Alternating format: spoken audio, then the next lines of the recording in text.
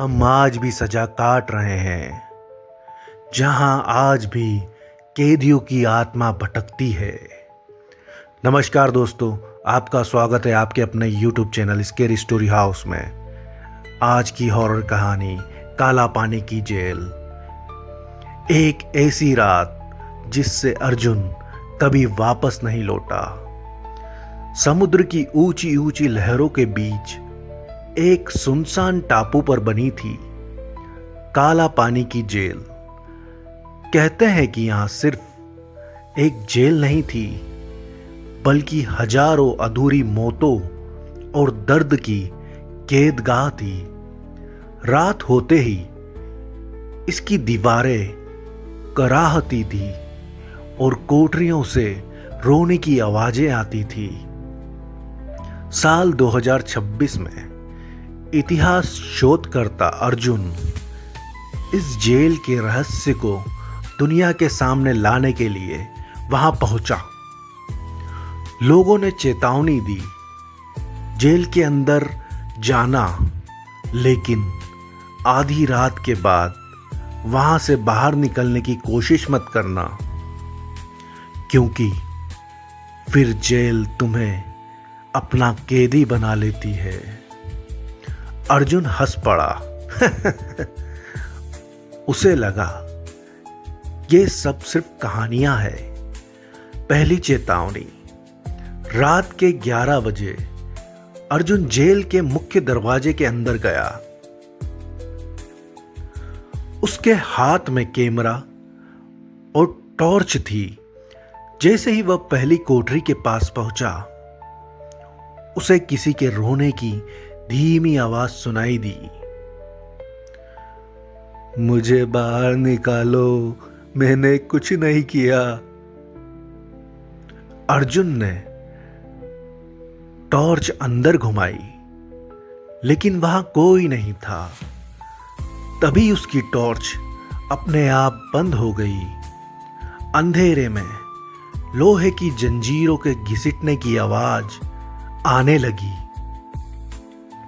छन छन छन। अर्जुन के माथे पर पसीना आ गया। अचानक उसकी टॉर्च दोबारा जल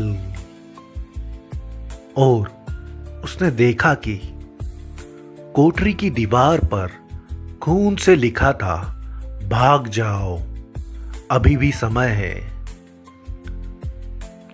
आत्माओं का खेल शुरू होने वाला है। रात के 12 बजते ही जेल का माहौल पूरी तरह बदल गया।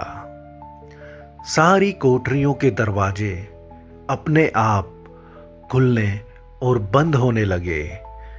धड़ाम धड़ाम धड़ाम। अर्जुन भागकर मुख्य दरवाजे तक पहुंचा, लेकिन दरवाजा बाहर से नहीं, अंदर से बंद हो चुका था। तभी पीछे से किसी ने उसके कंधे पर ठंडा हाथ रखा। अर्जुन धीरे धीरे पीछे मुड़ा और उसके सामने एक कैदी खड़ा था। उसके शरीर पर पुराने घावों के निशान थे। हाथों में टूटी हुई बेड़ियां थी और उसकी आंखों से काला पानी बह रहा था। वह बोला, हमने भी कभी बाहर निकलने की कोशिश की थी। इतना कहते ही वह आत्मा हवा में गायब हो गई। मौत की कोठरी। डर के मारे अर्जुन जेल के अंदर भागने लगा। उसे एक पुरानी कोठरी मिली जिस पर लिखा था, कोठरी नंबर 13। जैसे ही वह अंदर गया, दरवाजा अपने आप बंद हो गया। अचानक कोठरी की दीवारों से सैकड़ों हाथ बाहर निकलने लगे। वे हाथ अर्जुन के पैरों को पकड़कर उसे जमीन पर घसीटने लगे। अर्जुन चीखने लगा, मुझे छोड़ दो, मैंने तुम्हारा कुछ नहीं बिगाड़ा। तभी एक भारी आवाज गूंजी, जो हमारी कहानी सुनने आता है वह हमारी कहानी का हिस्सा बन जाता है। अर्जुन ने देखा कि उसके कैमरे में कुछ रिकॉर्ड हो रहा था। स्क्रीन पर वही कैदी दिखाई दे रहे थे जो वर्षों पहले मर चुके थे। वे सभी एक साथ बोले, अब तुम्हारी सजा शुरू होती है। काला गलियारा अर्जुन किसी तरह कोठरी से निकल गया और जेल के सबसे पुराने हिस्से में पहुंच गया। वहां एक लंबा अंधेरा गलियारा था जहां हर कदम पर किसी के चलने की आवाज आती थी, लेकिन पीछे मुड़कर देखने पर कोई नहीं होता था। अचानक उसकी टॉर्च की रोशनी में एक महिला कैदी दिखाई दी। उसके लंबे काले बाल उसके चेहरे को ढके हुए थे। वह धीरे धीरे अर्जुन की तरफ बढ़ने लगी।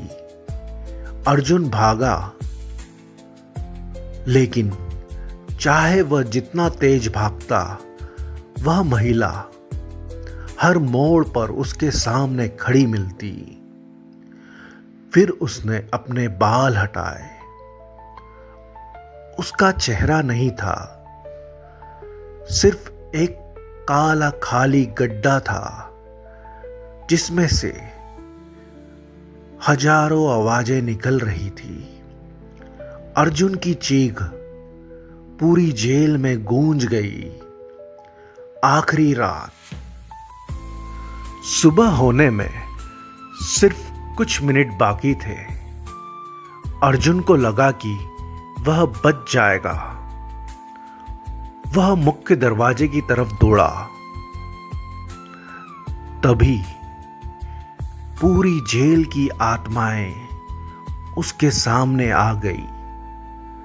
सैकड़ों कैदी, टूटी बेड़ियां, खून से भरे कपड़े और दर्द से भरी आंखें।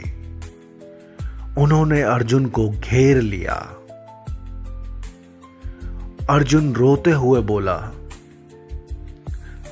कृपया मुझे छोड़ दो। एक बूढ़े कैदी की आत्मा आगे आई और बोली, हमने भी यही विनती की थी, लेकिन किसी ने हमारी नहीं सुनी। अब तुम भी हमारी तरह हमेशा के लिए यहीं रहोगे। इसके बाद पूरा गलियारा डरावनी चीखों से भर गया। अगली सुबह जब बचाव दल जेल के अंदर पहुंचा तो अर्जुन का कहीं कोई निशान नहीं था। बस उसकी टूटी हुई टॉर्च, खून से सना कैमरा और जेल की दीवार पर एक नया संदेश लिखा था, कैदी नंबर 666 अर्जुन। आज भी जब आधी रात को काला पानी की जेल में हवा चलती है तो एक नई आवाज सुनाई देती है, मुझे यहां से बाहर निकालो, कोई तो मेरी मदद करो। और वह आवाज किसी और की नहीं, अर्जुन की होती है। ये डरावनी कहानी आपको कैसी लगी है कमेंट में बताइएगा। अच्छी लगी है तो लाइक कीजिए, चैनल को सब्सक्राइब कीजिए। मिलते हैं नई डरावनी कहानी में। तब तक के लिए अलविदा दोस्तों।